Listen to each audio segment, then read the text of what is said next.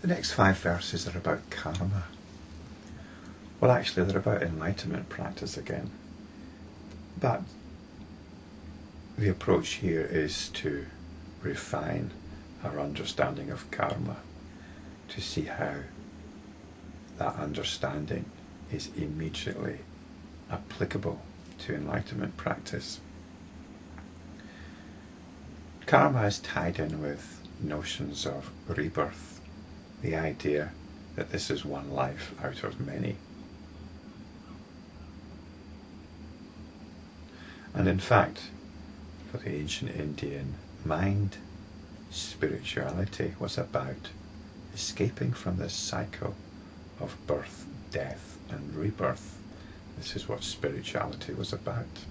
The assumption that there was such a thing as rebirth is embedded deep within the Indian psyche.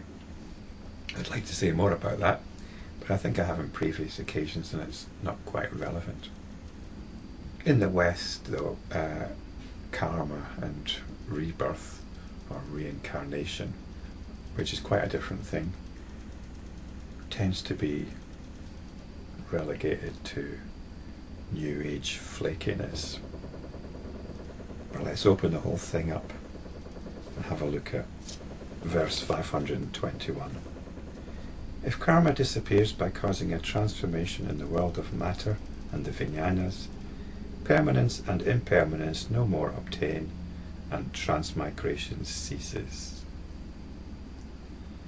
So let's unpick this.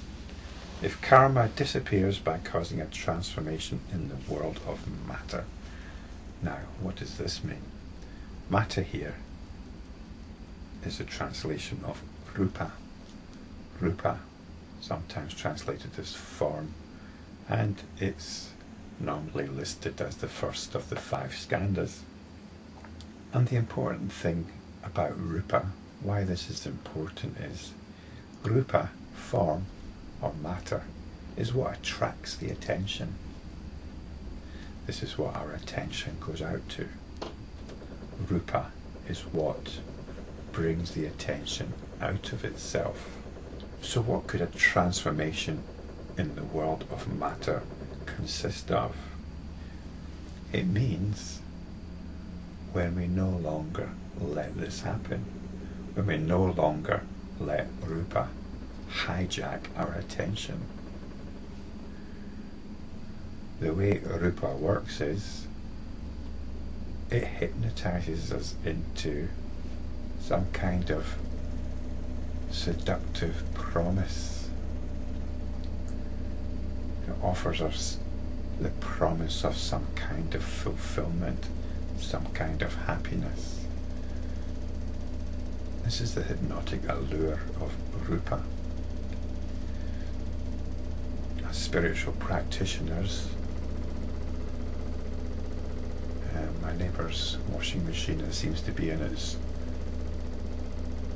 rinsing cycle, so I apologise for any noise. As spiritual practitioners, we don't buy into this. The hypnotic spell is broken, at least to some extent. So this is a transformation. It's the world of matter and the Vijnanas. And the Vijnanas here are the sense consciousnesses. It's that by which we apprehend rupa, whether through sight, through feelings, through hearing,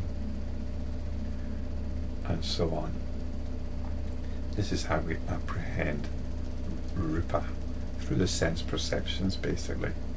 Not just the sense perceptions, but consciousness of the sense perceptions.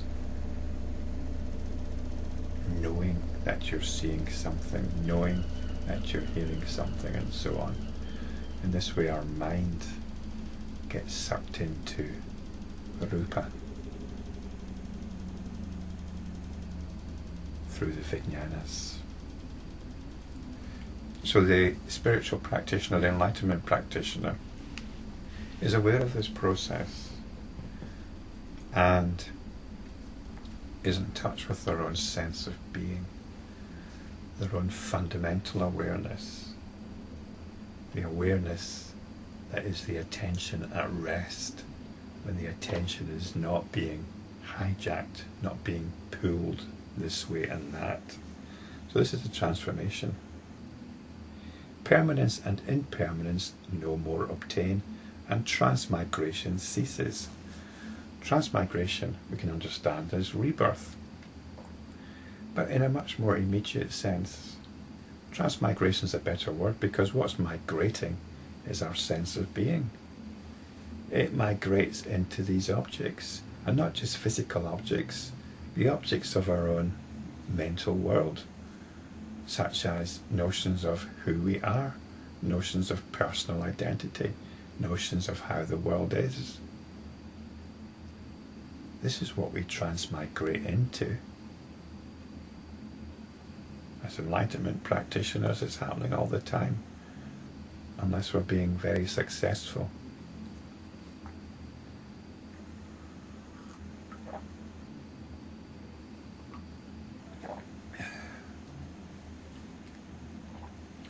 Gosh, that's a nice cup of coffee.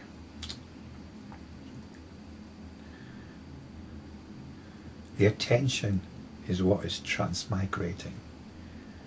The attention is the awareness in operation.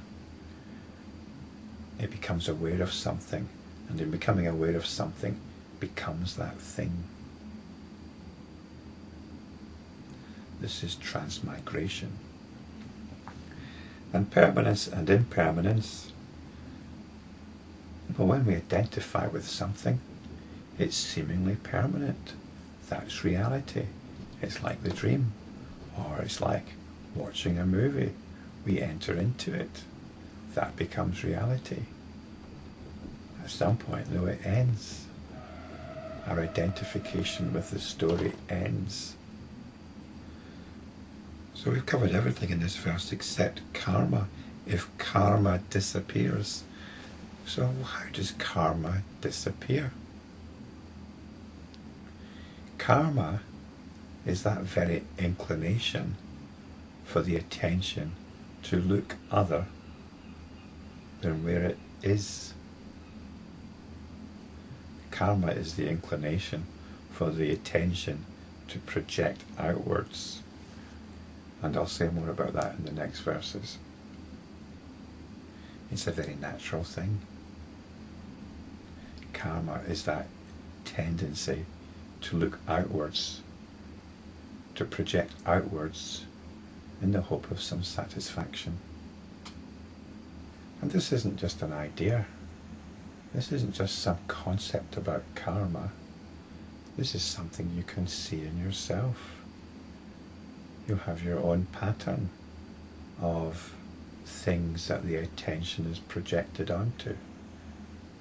Sometimes there's no choice. Perhaps you have a young child whose nappy needs changing. You need to attend to that. But how you respond to that, how you react to that, your emotional response to it, the thoughts that go along with that, this is your karma. How this affects your mood. You have to get up in the morning to go to work.